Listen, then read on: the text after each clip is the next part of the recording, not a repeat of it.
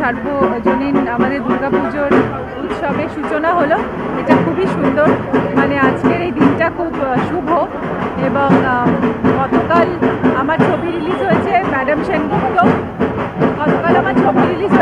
সেনগুপ্ত, এবং কালকেও আমরা সেলিব্রেট করেছি, আর আজকে খুব সুন্দর এই সেলিব্রেশন।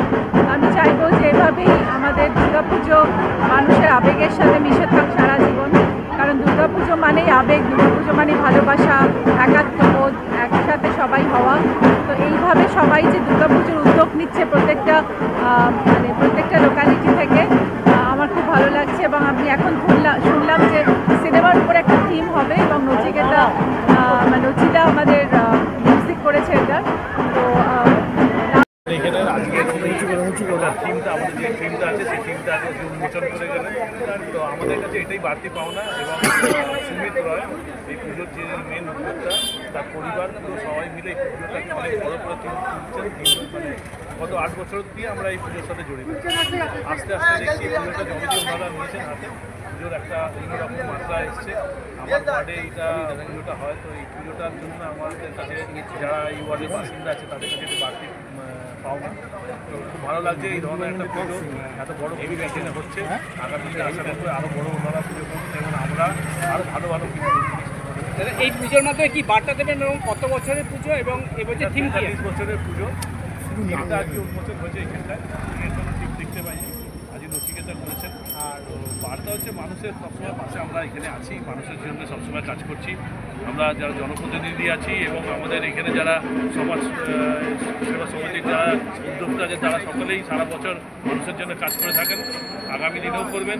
এখানে সব ভালো ভালো কাজ হয়, রক্তদান শিবির হয়, মানুষের জন্য জামা কাপড় দেওয়া হয়, গরিবদের বস্ত্র বিতরণ, সব রকম এখানে কাজ করা হয়, কালচারাল প্রোগ্রাম হয়। এটা খুব ভালো একটা ক্লাব, যেটাকে রয় পরিবার পুরোপুরিভাবে চালাচ্ছেন। এখানে সম্মুখবাবু আছেন, ওনার বাবা উনি ওনার তত্ত্বাবধানেই পুরো জিনিসটা ঢুকিয়ে দিচ্ছে আবার।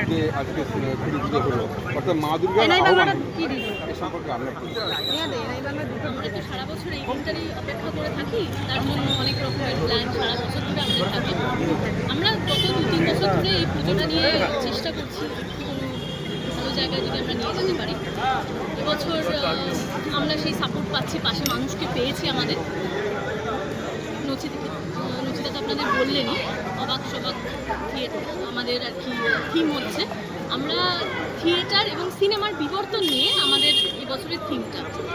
এবার ক্রমশ প্রকাশ আস্তে আস্তে দেখা যাবে কি হয়। এরকম থিম কি নচিকেতার মাথা দিয়ে এলো না আপনাদের মাথা দিয়ে এসেছে? সবাই মিলেই আমাদের একটা মানে আলোচনা, ডিসকাশন, সবার পাড়ার প্রতিটা মানুষের ইনভলভমেন্ট, প্রত্যেকের মতন করে আমাদের আইডিয়া দিয়েছে।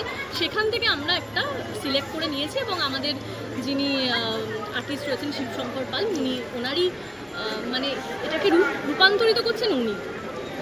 গত বছর দেখেছিলাম যে আপনাদের এই মঞ্চেতে দর্শনার্থীদের একদম ঢল নেমে গেছিল, কীরকম আশা করছেন এবারে? এবছর তো আমরা তার আরও অনেক বেশি আশা করছি।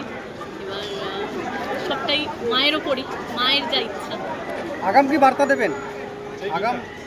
আগাম বার্তা দেব, পুজোটা সবাই সুষ্ঠুভাবে পালন করুক, সবাই একটা সুষ্ঠুভাবে আমরা এই উৎসবের মতন করে পালন করতে পারি। মানে তাতে কোনো খারাপ ঘটনা বা কিছু